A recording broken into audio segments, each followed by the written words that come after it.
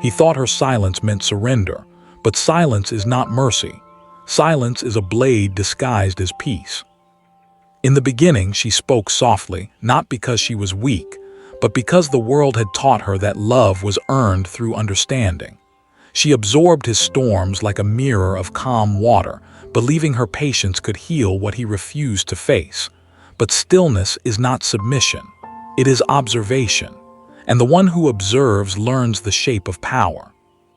He wanted her devotion, not her depth, her reflection, not her truth.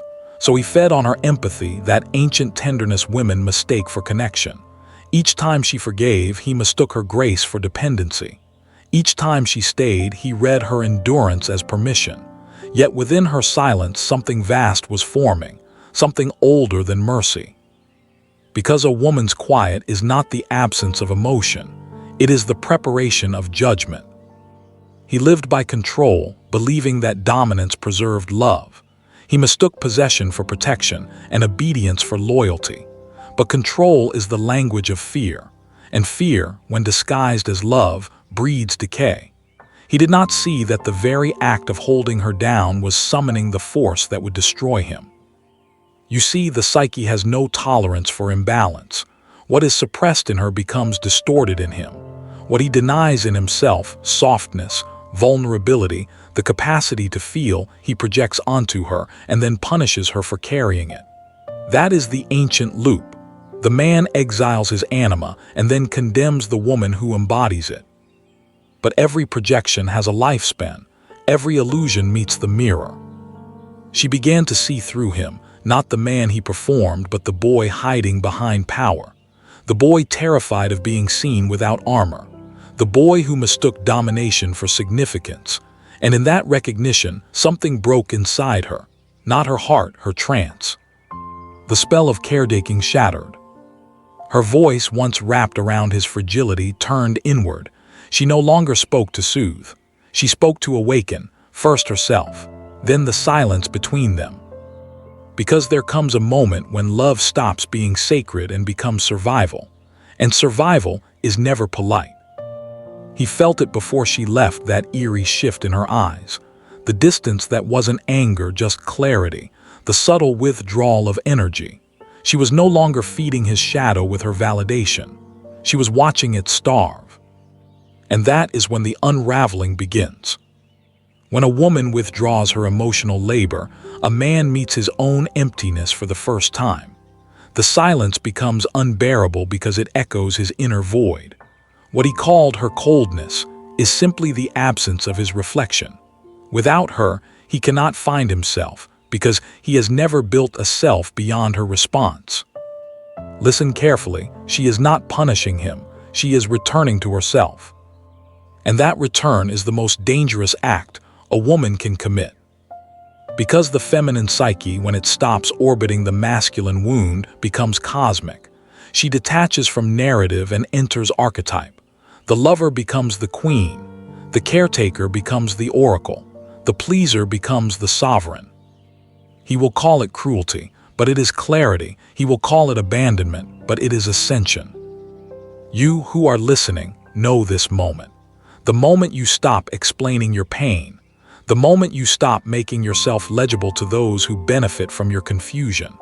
The moment you realize that silence is not loss of power, it is its purification. Tonight, do not justify. Do not beg for understanding. Let silence speak for you. Because silence is the only language the unconscious cannot manipulate. He will feel her absence as a threat because it exposes the truth he has evaded, that his control was never strength, only fear wearing armor. He will chase her not out of love but to escape the mirror she became. And yet it is already too late. The anima he rejected has awakened inside her. The shadow he feared now breathes through her detachment. She no longer needs him to feel complete because she has integrated the part of him he disowned. That is the alchemy. What he resisted, she absorbed. What she absorbed, she transmuted. Her stillness is now divine rebellion. Her departure, a ritual of balance restored. He thought her silence was retreat, but silence is the sound of the psyche reclaiming its throne. He returns, of course. They always do, drawn not by love but by the unbearable silence that mirrors their own emptiness back at them. His footsteps are slower now, uncertain, as though the ground beneath him no longer obeys his command. He used to walk through her like a man moving through light, unthinking of the source that gave him warmth. But light, once withdrawn, reveals the darkness it had hidden. He cannot name the feeling. It is not loss, it is exposure. The absence of her gaze dismantles him more efficiently than any confrontation could, because her silence does not accuse. It reflects, and reflection is the cruelest form of mercy. For the first time, he sees himself not as the hero of their story, but as the wound that wrote it. She was never trying to save him. She was trying to remain human in the face of his fear. But fear has its own gravity, and he mistook her compassion for orbit. Each act of kindness chained her closer. Each attempt to soothe pulled her deeper into his void, until she understood that empathy without boundaries becomes self-erasure. That was the fracture, the invisible point where her giving turned from love to exhaustion. When she stopped chasing, the axis shifted. He felt the air change, something ancient and unspoken. The dynamic inverted. The one who was once pursued by her words now becomes haunted by her silence. The one who demanded worship becomes the supplicant, starving for her presence like an addict seeking a forgotten high. This is the punishment of the unintegrated masculine, to crave what he once controlled and to destroy what he cannot possess. He stands before her absence like a man at an altar he no longer deserves. The memory of her tenderness becomes unbearable. Every softness he dismissed now burns like truth revealed too late. Because the woman who walks away does not simply leave a man, she withdraws his reflection from the collective unconscious. She reclaims the anima he projected onto her. And with that reclamation, his inner world collapses. You may think this is cruelty. It is not. It is justice. The psyche restores balance by destruction. What refuses to evolve must be dismantled. His control, his power, his illusions of dominance all dissolve beneath the weight of her absence. The ego cannot survive without its mirror. And so he spirals, not because she is gone, but because she is no longer feeding his shadow.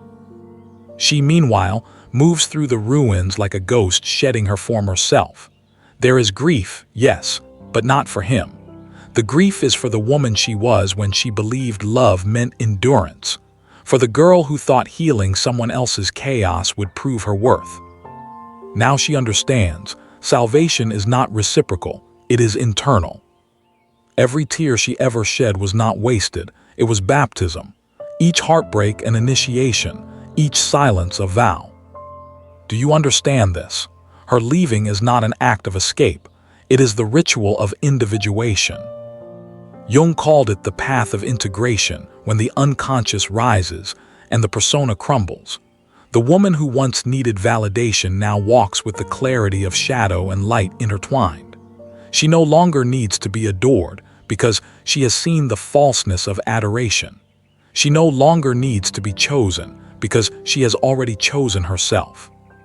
And this precisely is what terrifies him, not her distance, but her independence from his gaze. The man who depended on her empathy cannot comprehend her detachment. To him, her peace looks like punishment. Her composure feels like cruelty. He mistakes her sovereignty for vengeance because his ego cannot perceive neutrality without interpreting it as threat. But she is not angry. She is empty of reaction, and that emptiness is sacred. She no longer fights the narrative. She watches it collapse under its own weight. You who have ever been her know the sensation. The moment you stop explaining. The silence that feels like death but is actually rebirth. The way your body remembers freedom before your mind can name it. That is the metamorphosis, the shedding of relational identity, the descent into psychic autonomy. She has entered the domain of the queen, the one who rules not by affection, but by alignment. The one who understands that love is not measured by closeness, but by consciousness. He will call her heartless, but heartlessness, in truth, is the refusal to enable unconsciousness any longer. There is a lesson here for you. Do not soften the blade of your awakening. Do not apologize for the silence that unsettles them. What they call distance is simply the space required for truth to breathe. Tonight, let them face the echo of their own voice. Let them meet the hollowness they projected onto you. That is how balance is restored through absence, not vengeance. Because sometimes, the most dangerous power a woman holds is not her rage, but her refusal to repeat the cycle. And in that refusal, the world trembles. He dreams of her still, not as she was soft, reaching, patient, but as she has become, silent, vast, unreachable. The dream is not tender, it is ritual, the psyche replaying what it cannot reconcile. He wakes with her name on his tongue like confession, but there is no one left to hear it. It was always this way. Men do not see the divine until it withdraws its light. They mistake grace for guarantee, presence for possession. But the divine feminine, when unrecognized, becomes shadow, and shadow, once denied, always returns as fate. He thought she would linger, orbiting his GR. Avity forever, but gravity weakens when its center is hollow. He built a kingdom on dominance and never noticed it was made of mirrors. Every compliment she gave, every forgiveness offered, all were reflections, not worship. She was not admiring him, she was trying to remind him of his own humanity. And when she walked away, the reflection shattered. The man was left alone with the fragments of himself. He tries to summon her image now, to recreate the warmth she carried. But memory cannot be resurrected when it was born from imbalance. What he misses is not her, it is the feeling of himself he only found in her eyes. This is the tragedy of the unawakened masculine, to mistake reflection for love and ownership for connection. While he unravels, she descends, not into darkness but into depth. The descent is not destruction, it is purification. There are nights she trembles. The old reflexes return, the urge to explain, to reach, to rescue. But now she watches these impulses as remnants of an outdated identity. The archetype of the pleaser dissolves. The servant dies, and through their ashes rises something feral, sacred, unyielding.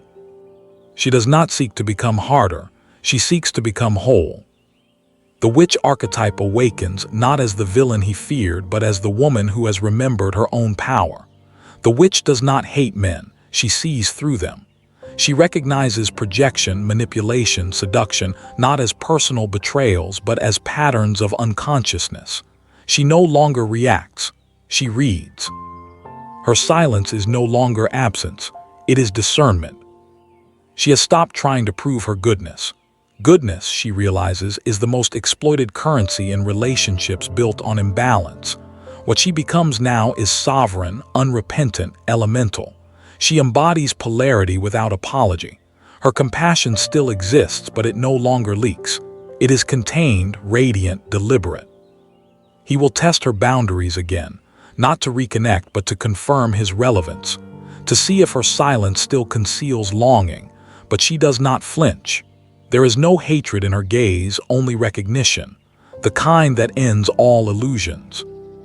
You have felt this before, when your body no longer responds to what once controlled it, when your nervous system stops mistaking chaos for chemistry. That is not detachment, it is healing. The psyche, once integrated, loses taste for repetition. He asks himself, when did she change? He does not realize she didn't change, she returned. Returned to the self she abandoned while trying to be understood. Returned to the soul that existed before he made her believe she was too much, too emotional, too intuitive, too knowing. Now she no longer seeks validation from the masculine, because she carries both energies within her. The animus has awakened, integrated, and stands beside her inner feminine like a silent guardian. Her decisions no longer emerge from fear, but from alignment. This is the secret Jung hinted at, the marriage of opposites within the psyche. Individuation is not isolation, it is union within. The man who cannot integrate his own anima will forever chase women to complete him. The woman who has integrated hers will never chase again. He feels this. He may not name it, but he senses her withdrawal is permanent, not as punishment, but as evolution. She has become the embodiment of what he refused to face. Her peace now mirrors his chaos. Her stillness exposes his restlessness. Her detachment burns more fiercely than her anger ever could. And this is how shadow teaches, through reflection, not retaliation. Do not pity him. Pity is another form of superiority. Simply understand what he experiences now is initiation. The collapse of ego, the death of projection. Whether he transforms or repeats is his choice. Her task is complete. You too must understand this. Walking away is not rejection. It is consecration. A return to sacred order. When you leave what no longer aligns, you do not abandon, you rebalance. Tonight, let go of the need to be seen. Some awakenings happen in invisibility. Some powers are forged in absence. Because a woman who can love deeply and still walk away does not lose. She transcends. There is a silence that follows transformation, not empty but dense, like the air after lightning. It hums with knowing. It does not explain. It simply exists, charged with consequence. That is the silence she carries now. He feels it across distance. The psychic tether that once kept her near has thinned into thread, almost gone. His messages go unanswered. His apologies loop into the void. He begins to understand the cost of unconsciousness, that every moment he dismissed, every emotion he mocked, was a brick in the wall now separating them. He wanted her dependence. He created her detachment. That is the paradox of control. What one grasps too tightly eventually dissolves between the fingers. The psyche protects itself by severing what threatens it. Integrity. She did not plan to leave.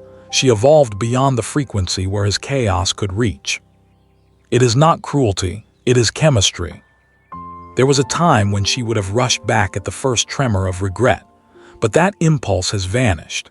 She no longer romanticizes potential. Potential, she learned, is the bait of the unconscious, the hope that if she gives more, loves harder, waits longer, the story will change. It never does. The story changes only when she exits the script. And now she has. In Jungian terms, she has withdrawn her projection. The image of him she once carried, the savior, the counterpart, the answer, has dissolved. What remains is simply a man, stripped of myth, standing in his own shadow. He doesn't recognize himself. That's the terror of awakening too late. He mistakes her calm for indifference, but it is clarity.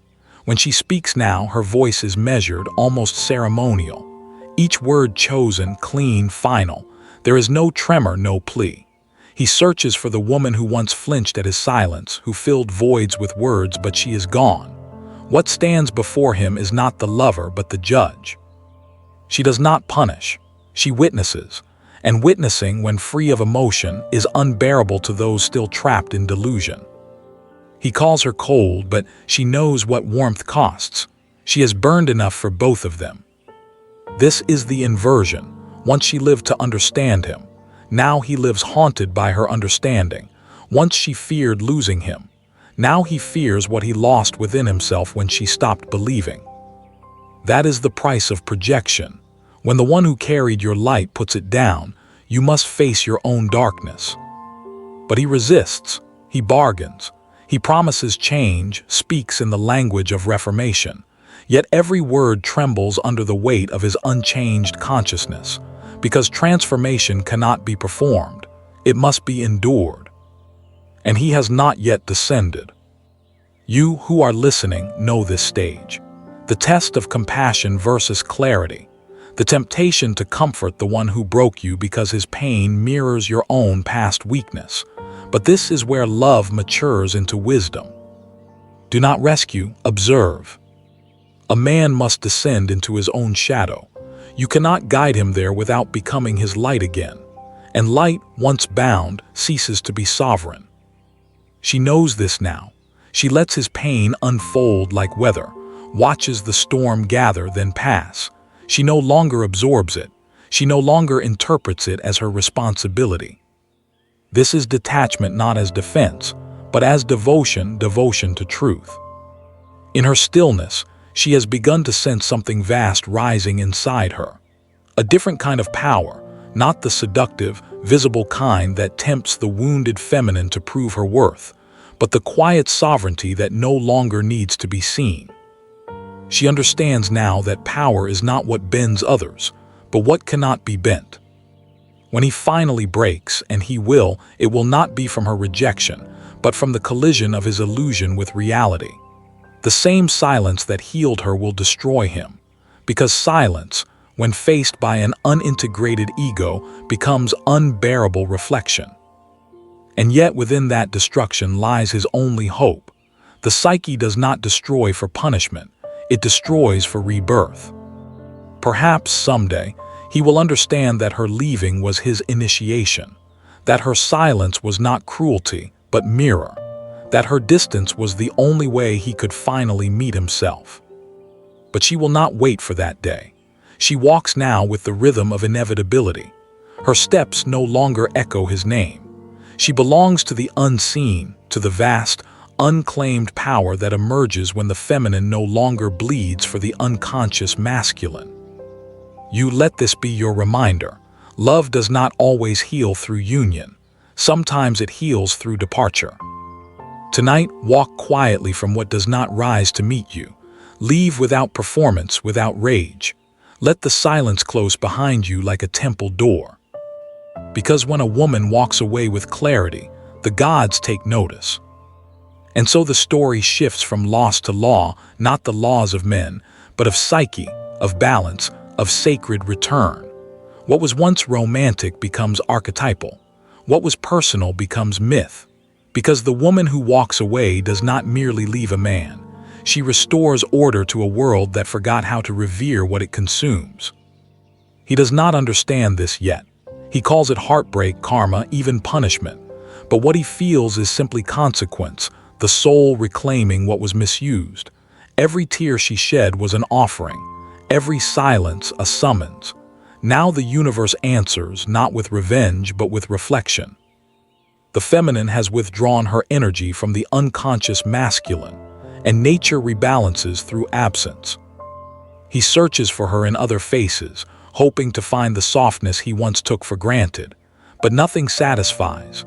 The women he meets now are mirrors, too, each one colder, more knowing, less Asili tamed. It is as if her spirit has multiplied, haunting every encounter, reminding him that until he meets his own shadow, he will only chase ghosts of what he once destroyed. This is the curse of projection, to see fragments of the one you lost in everyone who follows, yet never the whole. Meanwhile, she moves differently now, not faster, not further, just freer. The air bends around her with quiet command. Men still look, but their gaze no longer reaches her. She has become opaque to illusion, transparent only to truth. There is no arrogance in her detachment, only precision. She gives where energy circulates, withdraws where it decays. Love to her now is not transaction but transmission. What flows freely stays, what drains dies. She no longer chases closure because she has learned the secret. Closure is the ego's addiction to narrative. The soul does not need endings. It only needs evolution. Once she would have longed for him to understand, to see her pain, to validate her worth. But enlightenment has its own cruelty. It erases the need to be understood.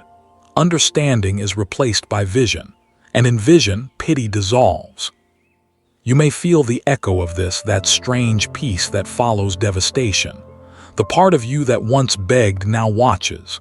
The ache still pulses, but it no longer dictates movement. That is power, not the absence of feeling, but the mastery of reaction. Because emotional sovereignty does not mean you stop bleeding. It means you decide when and for what. In her stillness, she has discovered what men have always feared, that feminine power is not reactive, it is magnetic. It does not pursue, it attracts. It does not threaten, it transforms. To stand in that energy is to realize that control is obsolete. He cannot touch her now, not because she is distant, but because she vibrates on another plane, one where manipulation cannot breathe. She has integrated her animus, her boundaries, her desire, her silence. Her soul is no longer fragmented between love and fear. And when a woman reaches that point, she becomes mythic, the union of what man divided, the mother who births worlds and destroys illusions, the witch who heals through chaos, the queen who rules through presence, the siren who no longer sings because silence itself has become the song. He will remember her in flashes, not the way she looked, but the way the air changed when she entered a room, the calm that unnerved him, the gaze that saw too much, the softness that in hindsight was never weakness but mercy. He will realize too late that mercy was what kept him safe from himself. That realization will undo him, but that undoing is necessary. The masculine cannot be reborn until it has been humbled by the feminine it failed to honor. And this is how the psyche completes its circle. She awakens, he descends. Her sovereignty mirrors his collapse. Through her detachment, his shadow becomes visible. Through his ruin, her wholeness becomes inevitable. You, listening, remember this. The energy you withdraw from illusion becomes the power that rebuilds you. The silence you hold becomes the spell that resets reality. Tonight, do not send the message. Do not reopen the wound. Let the silence finish its work. Let them feel the vacuum their unconscious created. Because the woman who no longer explains herself speaks in the oldest language of all, consequence. And in that language, every silence is sacred. The dangerous power of a woman who walks away is not that she leaves, it's that she never looks back. And the world, sensing her absence, rearranges itself to follow.